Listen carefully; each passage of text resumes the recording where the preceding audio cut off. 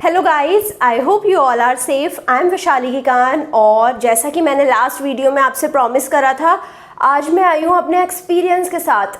F cat के बाद SSB होता है, इंडियन एयरफोर्स के एसएसबी में मेरा एक्सपीरियंस क्या रहा था, कौन से टेस्ट होते हैं, कैसे टेस्ट में कैसे परफॉर्म करना है, हमारी क्या स्ट्रैटेजी रहनी चाहिए, हमारी क्या अप्रोच रहनी चाहिए हर टेस्ट के लिए। सो हर सवाल का जवाब इस वीडियो में मिल जाएगा आपको। मैंने आपको लास्ट वीडियो में बताया था कि मैंने एफ कैट दिया था कॉलेज के अंदर। इंडियन एयरफोर्स मेरे कॉलेज में आया था for placement. Yes, it happened and Indian air force ने वहाँ पर हमारा रिटन टेस्ट लिया था जो कि होता है एफ कैट। तो कॉलेज के अंदर हमारा एफ कैट हुआ था। तो कट ऑफ कैसे डिसाइडेड हुई थी? कट ऑफ जो लास्ट एफ कैट था, जिसके लोग एसएसबी के लिए जाने ही थे, सेम कट ऑफ थी हम लोगों की, राइट। सो कॉलेज लेवल पर I was the rank 1 for women and वहाँ पर मेरा एफ कैट क्लियर हो गया था। पेपर 1 पेपर 2 दोनों क्लियर थे। पेपर 1 जनरल पेपर होता है, पेपर 2 टेक्निकल पेपर होता है। हम लोगों का इलेक्ट्रॉनिक्स था तो टेक्निकल में इलेक्ट्रॉनिक्स आया था, राइट। तो ऐसे हमारे पास एफ कैट में 2 पेपर होते हैं, दोनों को क्लियर करना इंपॉर्टेंट है। दोनों के सेपरेट हमारी कट ऑफ होती हैं। पेपर 1 की कट ऑफ जिसकी क्लियर हो जाती है उसी की ही पेपर 2 देखा जाता है, राइट। आपको पेपर 1 अलग से क्लियर करना पड़ेगा, पेपर 2 अलग से क्लियर करना पड़ेगा, राइट। उसके बाद क्या होता है, उसके बाद हमारा पीपीडीटी राउंड हुआ था जो कॉलेज के अंदर ही हुआ था। जनरली क्या होता है, पीपीडीटी राउंड जब आप एसएसबी के लिए जाते हैं तब होता है। हम लोगों के स्पेशल केस में पीपीडीटी कॉलेज के अंदर ही हुआ था। मैं अभी आपको बता देती हूँ पीपीडीटी में होता क्या है।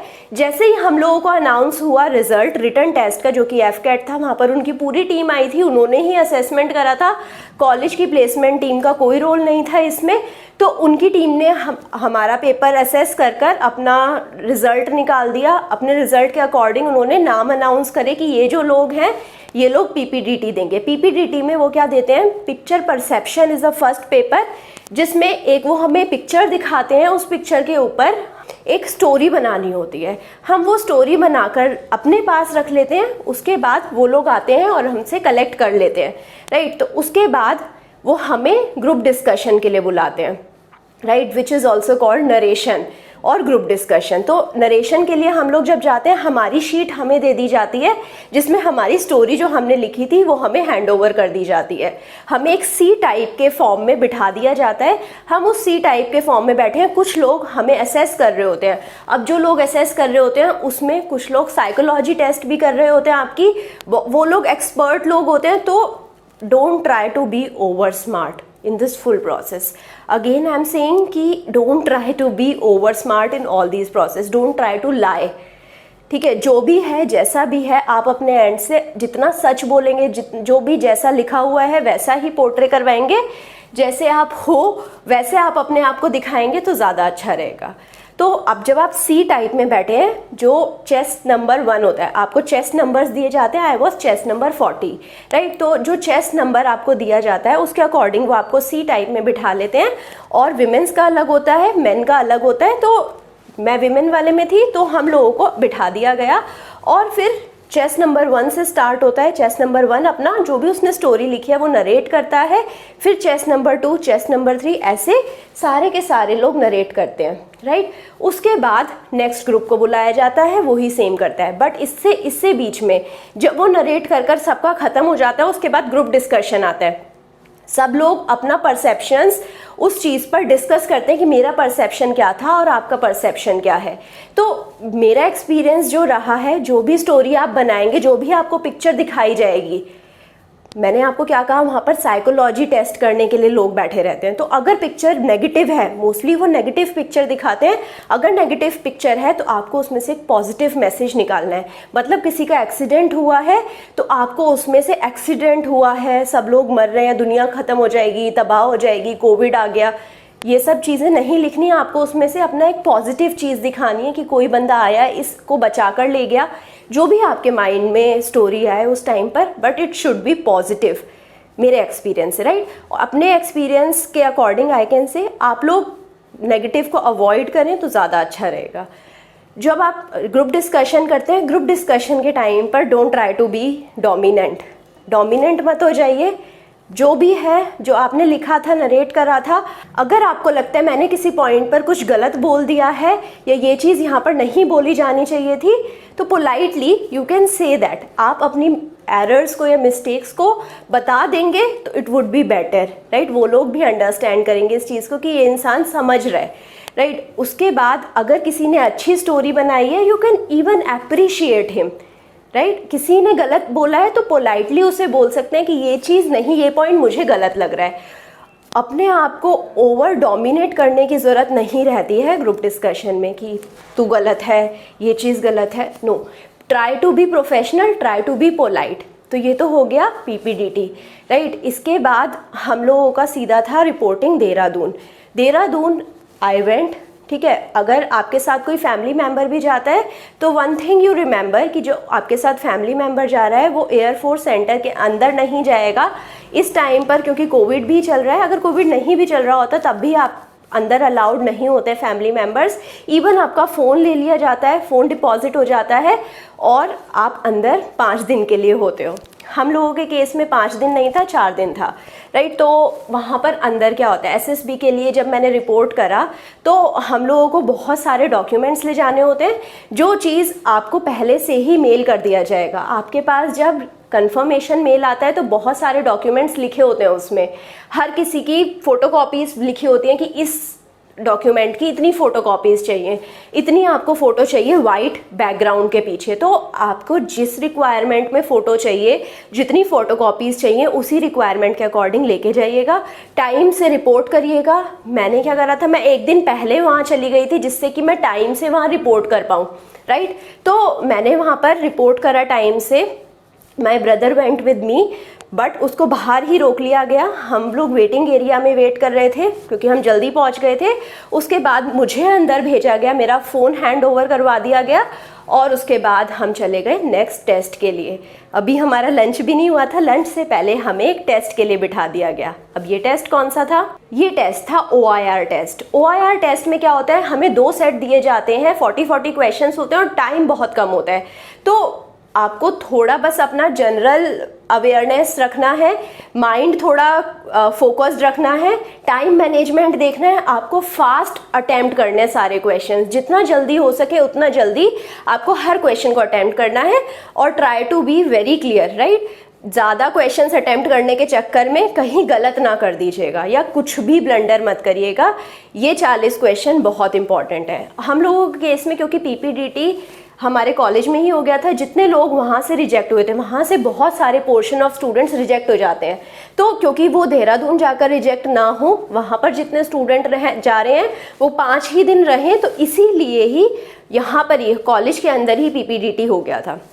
जनरली क्या होता है, OIR टेस्ट के बाद पीपीडीटी होता है और फिर यहाँ से जितने लोग सिलेक्ट होते हैं उनको लंच कराकर रख लिया जाता है, बाकियों को लंच कराकर वापस भेज दिया जाता है, जो कि कम लोग होते हैं। हम लोग क्योंकि पीपीडीटी में क्लियर ही थे तो हम लोगों को सीधा डॉक्यूमेंट वेरिफिकेशन के लिए भेज दिया गया। डॉक्यूमेंट वेरिफिकेशन में बहुत थॉरली आपके सारे डॉक्यूमेंट्स वेरीफाई होते हैं, आपका नेम, सरनेम, हर आपके डॉक्यूमेंट पे वेरीफाई होता है, डेट ऑफ बर्थ, सब चीज़। तो आप सब चीज़ों को अच्छे से ले जाइए, कुछ चीज़ भूल मत जाइएगा। डॉक्यूमेंट्स कैरी करना बहुत इंपॉर्टेंट है। डॉक्यूमेंट वेरिफिकेशन के बाद वो आपको भेज देते हैं और वापस फिर वो आपको कॉल करते हैं साइकोलॉजी टेस्ट के लिए। साइकोलॉजी टेस्ट में अब क्या होता है, साइकोलॉजी टेस्ट में वो आपको 12 पिक्चर्स दिखाते हैं, 4 मिनट देते हैं हर पिक्चर के लिए। अब पिक्चर्स आदि आपको नेगेटिव भी दिखेंगी, आदि आपको पॉजिटिव भी दिखेंगी, बट मेरा सजेशन यही रहेगा सब में आप पॉजिटिव मैसेज ही डालिएगा। आप ट्राई करिएगा कि हर पिक्चर को आप पॉजिटिव वे में ही देखें। लास्ट पिक्चर जो होती है वो आपको ब्लैंक पिक्चर दिखाई जाती है, तो ब्लैंक पिक्चर से आपको स्टोरी लिखनी है। तो अब ब्लैंक पिक्चर में जो स्टोरी लिखनी है वो आप पहले से ही ले जा सकते हैं अपनी प्री डिसाइड कर कर। तो सबसे पहली चीज़, आप ब्लैंक पिक्चर की स्टोरी अपने माइंड में पहले ही सोच कर जाइए, ठीक है, ये चीज़ आपको बहुत काम आएगी। कुछ स्टोरीज़ आप घर पर ही प्रैक्टिस कर लीजिए कि अगर आपको कुछ नेगेटिव सिचुएशन दिखते तो उसमें आप पॉजिटिव कैसे स्टोरी बनाएंगे, और जल्दी लिखने की प्रैक्टिस करिए। तो ये चीज़ मेरे बहुत काम आई थी, क्योंकि मेरी राइटिंग स्पीड बहुत फास्ट है। तो वहाँ पर क्योंकि 4 मिनट में आपको जितनी लंबी से लंबी स्टोरी लिख सकते हैं, जितने अच्छे से अपने फीलिंग्स को पोर्ट्रे कर सकते हैं, वो अच्छा है। तो अपनी राइटिंग स्पीड को फास्ट रखिए, राइट। उसके बाद हमारा नेक्स्ट टेस्ट जो था वो था हमारा tag, thematic appreciation test, right. तो उसके लिए भी आप प्रिपेयर कर जा सकते हैं। देन सिचुएशन रिएक्शन टेस्ट, आपको अलग अलग सिचुएशन दी जाएंगी। अगर आपकी सिचुएशंस बहुत नेगेटिव है, उसमें आप कितना पॉजिटिव सोच सकते हैं, मेनली वो आपका माइंड चेक करते हैं, आपकी साइकोलॉजी टेस्ट करते हैं। तो ये चीज़ आपको बहुत ध्यान में रखनी है कि कैसे हर सिचुएशन में आप बहुत काम रहकर, बहुत पोलाइट रहकर और बहुत जल्दी से जल्दी अपना पॉजिटिव रिस्पॉन्स दे, राइट। तो सिचुएशन रिएक्शन टेस्ट, SRT बोलते हैं इसे, ये भी आप प्रिपेयर कर जा सकते हैं। आप बहुत सारे सिचुएशंस में आप देख सकते हैं कि कैसे आप पॉजिटिव रिजल्ट्स देंगे। Then the self description test, self description test में क्या करते हैं, वो आपको 5 ही चीज़ें बोलते हैं कि what do you think about your self, what does your family think about your self, what does your friends think about your self, what does your teachers thinks about yourself and what kind of person you want to become। तो ये सारे जो questions हैं ये भी आप prepare कर जा सकते हैं। अपने बारे में आपको ही पता होगा और आप अपने अकॉर्डिंग अपना डिस्क्रिप्शन जो आप जल्दी से लिख सकते हैं, जो बहुत ही एक्यूरेट हो और बहुत ही पॉजिटिव हो, वो आप प्रिपेयर कर जा सकते हैं। ये तो चीज़ आपकी प्रिपेयर्ड हो गई, आप प्रिपेयर्ड चीज़ों को ही वहाँ पर जाकर लिख रहे हैं। तो सिचुएशन रिएक्शन टेस्ट अगेन बहुत इंपॉर्टेंट टेस्ट है। उसके बाद हमारा हुआ था GTO। अब GTO होने से पहले हमारे को सबसे पहले एक रूम में लेकर गए थे, जहाँ अगेन हमें एक टास्क दिया गया था, हमें एक सिचुएशन दी गई थी। बहुत सारी वहाँ पर एक रूम था जिसमें हमें चारों तरफ बिठा दिया गया था, और उसमें एक टाउन था, एक और टाउन था। मतलब उसमें एक सिचुएशन दी गई थी कि ऐसे कुछ क्राइम होने वाला है यहाँ पर, और साथ में कुछ अर्थक्वेक जैसा कुछ आने वाला है। तो आप इस टाइम पर कैसे लोगों को बचाएंगे, अगर आपको लोगों को बचाना है तो आप कैसे बचाएंगे। तो उसमें आप बेस्ट पॉसिबल वे में पॉजिटिव होकर, पेशेंट होकर आप सोचिए कि कैसे आप लोगों को बचाएंगे। जो आपका उस टाइम पर रिएक्शन आता है आप उसे बहुत अच्छे से पोर्ट्रे करिए। ये GD होता है। तो बहुत सारे लोग साथ में भी बोलेंगे ट्राई टू अवॉइड दैट। जो आपका रिएक्शन है, जो आपने तरीका सोचा है, उसको अच्छे से समझाइए। किसी का तरीका आपको अच्छा लगता है उसे भी अप्रिशिएट करिए। Be confident, try to speak English, right. जितना आप इंग्लिश बोलेंगे उतना अच्छा रहेगा। मेरे अकॉर्डिंग, मेरा एक्सपीरियंस है, कॉन्फिडेंट रहेंगे, कॉन्फिडेंट रहकर बोलेंगे तो अच्छी बात है। और अगर किसी ने, सामने वाले ने बहुत अच्छा तरीका दिया है तो you can even appreciate him, right. उसके बाद आपका लेक्चरेट होता है। लेक्चरेट में क्या होता है, हर एक इंसान को चेस्ट नंबर से ही बुलाया जाता है। वहाँ पर मेरा चेस्ट नंबर 4 था, यहाँ पर मेरा चेस्ट नंबर 40 था। सो लेक्चरेट में क्या होता है, वो आपको बुलाएंगे। उसके बाद आपको 4 टॉपिक्स दे देंगे। 4 टॉपिक्स में से एक टॉपिक जो भी आप कंफर्टेबल हैं उसको प्रिपेयर करने के लिए आपको कुछ सेकंड्स का टाइम देंगे, 30 सेकंड्स या 1 minute, I don't remember exactly. तो कुछ टाइम मिलेगा आपको, उसमें आपको भागकर थोड़ा दूर जाना है, वहाँ पर जाकर प्रिपेयर कर लेना है। अपने माइंड में थोड़े पॉइंट सोच लेना है, की पॉइंट सोच लीजिए। एटलीस्ट मेरे हिसाब से आपको 5 की पॉइंट्स उस टाइम पर सोच लेने चाहिए। जिस टॉपिक पर आपको 5 की पॉइंट्स याद आ रहे हैं, जो टॉपिक आपको बहुत रेलेवेंट लग रहा है अपने अकॉर्डिंग, 4 में से आपको एक टॉपिक बहुत रेलेवेंट लगेगा ही ऑब्वियसली, उस टॉपिक को उठा लीजिए, उस टॉपिक पर लेक्चरेट करिए। Starting should be very good. आप जितना कॉन्फिडेंटली, जितना अच्छा स्टार्ट करेंगे, अगर आपको कोट याद आ जाता है कुछ, या कुछ उसका हिस्ट्री याद आ जाता है, जैसे मेरे को चाइना के ऊपर मिला था तो मुझे कुछ उसके ऊपर हिस्ट्री का सिग्निफिकेंस याद आ गया था इंडिया और चाइना के रिलेशन में। I told that, then I told about the Nehru. तो इससे मैंने रिलेट करा, एक स्टोरी टाइप में अपना पूरा लेक्चरेट दिया, right. So in this manner अगर आपको कुछ चीज़ याद आ जाती है, कुछ हिस्टोरिकल स्टोरी याद आ जाती है, कुछ फैक्ट्स याद आ जाते हैं, आप वो फैक्ट्स वहाँ पर बता सकते हैं। They will be really impressed. उसके बाद जो GTO के ग्रुप टास्क होते हैं, ग्रुप टास्क में I will suggest you because we were in the women GTO. So जो भी GTO आपको सजेस्ट करेगा सबसे पहले वो आपको बहुत सारी इंस्ट्रक्शंस देगा, वो बहुत ध्यान से सुनिए, उसको बहुत ध्यान से सुनेंगे तो कुछ ना कुछ वहाँ से आपको जब आप परफॉर्म कर रहे होंगे वो चीज़ें आपको बहुत हेल्प करेगी, कुछ ना कुछ आपको वहाँ से सजेशन काम आ जाएगा एक्चुअल परफॉर्मेंस के टाइम पर। तो GTO वाली चीज़ें बहुत ध्यान से सुननी है। और जब एक्चुअल में आपके टास्क हो रहे होंगे तो what they want to see, आपका ब्रेन कैसे चल रहा है। If you are a women तो हमारे केस में what my personal experience was कि दे वर सीइंग कि how our brain were working, right. अगर हमने किसी एक पोजीशन से दूसरे पोजीशन तक जाना है तो हमारे को मस्कुलर एनर्जी की बजाय कैसे हम अपने माइंड को यूज़ कर कर हम दूसरे पोजीशन तक पहुंच जाते हैं, कैसे कुछ चीज़ एक्सप्लोजिव है तो उसको कैसे हैंडल करते हैं अपने माइंड को यूज़ कर कर। हमें एक्सप्लोजिव चीज़ों को माइंड से ही हैंडल करना पड़ेगा। अगर आप GTO में थोड़ा लीड लेना चाह रहे हैं, लीड लीजिए, बट ग्रुप की अगर परमिशन हो तो। ग्रुप में अगर कोई और बोल रहा है मुझे लीडर बनना है, आस्क हिम टू बी। अगर वो गलत काम करता है तो अपने अकॉर्डिंग सजेस्ट करिए, राइट। जो आपको अच्छा लगता है उस टाइम पर वैसे करिए, be natural, be yourself, right. तो जो आपके माइंड में उस टाइम पर आता है वो अच्छे से एक्सप्लेन करिए। जो भी आप करेंगे बहुत पेशेंटली करिए, राइट। अगर आपका एक टास्क कंप्लीट नहीं हो पा रहा है तो उसको गिव अप मत करिए, वहाँ पर अटेम्प्ट करिए। ये नहीं है कि स्टार्टिंग में ये तो नहीं हो सकता, आई विल गिव अप, ये नहीं करना है, राइट। इसके बाद फिर ग्रुप टास्क हमारे साथ में हुए थे सबके, हमें ग्रुप्स में बांटा गया था और फिर हमारे ग्रुप टास्क हुए थे। उसके बाद हमारे पास कमांड टास्क था। कमांड टास्क में हमें 2 हेल्पर दे दिए जाते हैं। 2 हेल्पर्स को हमें कुछ टास्क कंप्लीट करवाने हैं, मतलब हमें लेट सपोज एक पॉइंट से दूसरे पॉइंट तक लेके जाना है उन्हें, या फिर कुछ रिवर क्रॉस करवानी है। वर्चुअल रिवर होती है, ऑब्वियसली रिवर नहीं होती है, तो कुछ पॉइंट से दूसरे पॉइंट तक लेकर जाना होता है with the help of some things जो आपको सपोर्ट में दे दी जाएंगी, राइट। तो कुछ जैसे वुडन प्लैंक होते हैं, ऐसी चीज़ें सपोर्ट में दे दी जाती हैं। बट इस टाइम पर आपको खुद फिजिकली कुछ नहीं करना है, आपको हेल्पर्स को मूव करवाना है। इस टाइम पर वो आपका माइंड में क्या देख रहे होते हैं कि आप हेल्पर्स के लिए कितने सपोर्टिव हैं। अगर कोई हेल्पर की जान जाने वाली है तो आप उसको बचाने के लिए कितना अपना माइंड लगा सकते हैं, आप किसी और के लिए कितना सोच रहे हैं। आप किसी को कुछ भी करने को तो नहीं बोल दे रहे हैं। अगर कुछ भी करने को बोल दे रहे हैं कि यहाँ से यहाँ तक कूद जाओ, if it is not possible he will not. तो हेल्पर्स के लिए कितना आप, अगर आपसे नीचे कुछ कोई काम कर रहा है तो उसके लिए आप कितना पॉजिटिव हैं, उसको कितना सपोर्ट करते हैं, वो ये चीज़ देखना चाहते हैं। अगर वो नहीं हो पा रहा है टास्क तो भी ट्राई टू डू इट, अपना अटेम्प्ट दीजिए, बट हेल्पर्स की ज़िंदगी का ध्यान देते हुए, राइट। तो वर्चुअली ही उन्हें नदी में मत गिरा दीजिएगा। अगर उनको जंप करना है तो अगर वो फिजिबल हो तभी उन्हें जंप करवाने को बोलिए, क्योंकि आपकी कमांड पर उनकी जान है। अगर जो आप बोलेंगे वो तो वो करेंगे ही, राइट, बट उनकी जान की सेफ्टी आपके हाथ में है, राइट। तो ये थी हमारे कमांड टेस्ट। इसके बाद हमारा होता है individual obstacle test. Individual obstacle में बहुत सारे ऑब्स्टेकल्स होते हैं जिसके अलग अलग पॉइंट्स होते हैं।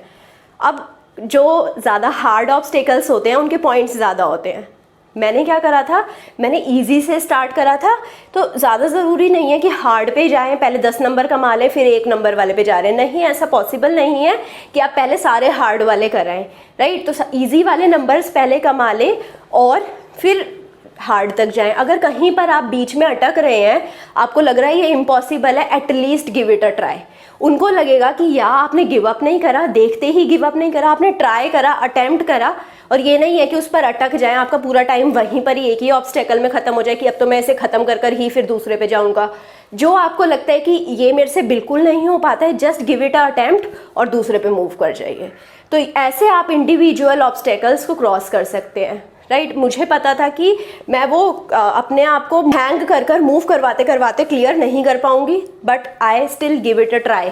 मेरे को पता था मैं वायर्स पर ऊपर चढ़कर और वायर्स को क्रॉस कर कर नीचे आ जाऊंगी, तो मैंने वो वाला पूरा अटेम्प्ट करा। मेरे को फर्स्ट टाइम में ही पता था ये मैं क्रॉस कर जाऊंगी। कहीं से जंप करना था, मुझे पता था इतने यहाँ से मैं जंप कर सकती हूँ, तो वो आप कर सकते हैं। अपनी स्ट्रैटेजीज पहले ही क्लियर कर कर लेकर जाइए। इसके बाद होता है next day interview. Personal interview जो कि होता है सबसे ज़्यादा इम्पॉर्टेंट। अभी तक मेरा सब कुछ बहुत अच्छा जा रहा था, पर्सनल इंटरव्यू जिससे सब लोग डरते भी हैं, और यहाँ पर you have to be you. और यहाँ पर अगर आपने कुछ भी लोचा करा, इस टाइम पर आपने आकर कुछ भी उन लोगों को पागल बनाने की कोशिश करी, झूठ बोलने की कोशिश करी, तो 1 घंटे का मिनिमम चलता है और वो लोग कहीं ना कहीं से निकलवा लेंगे। ओपन एंडेड आंसर मत दीजिए, आंसर्स को क्लोज एंड कर दीजिए। जो भी पूछे उतना ही बताइए, क्लियर कट बताइए, राइट। उन्होंने मेरे से जनरल अवेयरनेस के क्वेश्चन पूछे। मैं बहुत ज़्यादा न्यूज़पेपर पढ़ती हूँ, तो जनरल अवेयरनेस के क्वेश्चंस मुझे आते थे। जो भी इस टाइम पर सिचुएशंस है, या जब भी आप SSB दे रहे हो, तो जो भी GK वाले क्वेश्चन है, करंट अफेयर वाले चीज़ें हैं, वो चीज़ों से थोड़ा अवेयर होकर, जैसे कि अगर एयरफोर्स ने कुछ रिसेंटली डेवलप करा है, आप उन सब चीज़ों के बारे में जानकर जाइए। पर्सनल इंटरव्यू के लिए एक और सजेशन दूंगी, जिस रूम में आप रह रहे हैं, जो रूम आपको एलोकेट हुआ है, उस रूम का नाम ज़रूर देखिएगा। यहाँ पर जब SSB सेंटर्स में आप रहते हैं, रूम के नेम्स थोड़े डिफरेंट होते हैं और वो वहाँ पर पूछते हैं कि आप किस रूम में हो। अगर आपको रूम का नेम ही नहीं पता है तो it will create a very bad impression कि आपको अपनी सराउंडिंग्स में ही कुछ नहीं पता है। तो आपको बहुत चीज़ें ध्यान में रखनी है। आपको ओपन हैंडेड आंसर नहीं देने हैं, पॉइंट टू पॉइंट आंसर देने हैं। जो भी है सच बोलना है, जैसा भी है। वो लोग बहुत ज़्यादा सपोर्टिव रहते हैं, बहुत अच्छे से क्वेश्चंस पूछते हैं। You have to give answer in a very humble and polite manner. जो सच है अगर उससे बोलेंगे तो आपको कोई प्रॉब्लम्स आएंगी ही नहीं बीच में, राइट। तो be your self in the interview only, क्योंकि वो 1 घंटे चला था।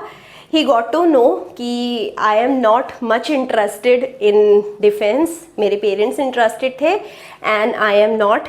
I already have a placement in a college and I am a person who is very happy in spreading knowledge. I'm not made for the defense and I am made to educate people. So he suggested me that yes, everything was good, but now you can go and you can join your job. So my experience was really good. In the last, yes, we have the conference round. In the conference round they ask you very basic question that how was the experience, और यहाँ पर आपको कुछ problems तो नहीं हुई, खाना कैसा था एंड ऑल।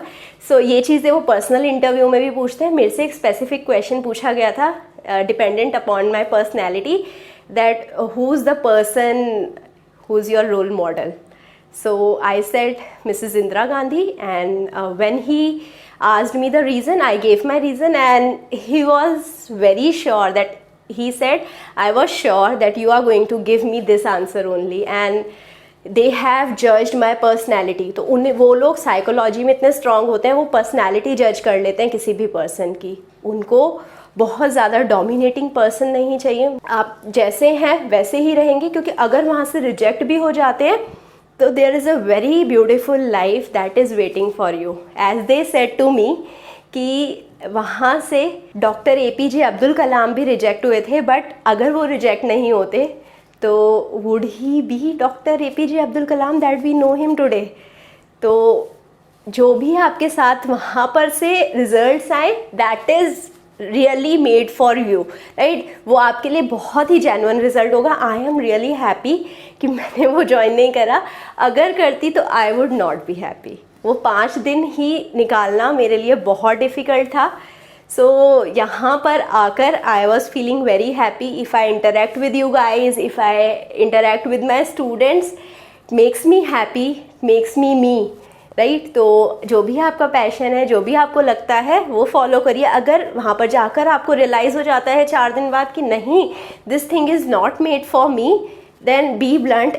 जैसे मैंने लास्ट में बोल दिया था, या I am not interested in it, just say it. जो भी होगा इन फ्यूचर वो अच्छा ही होगा।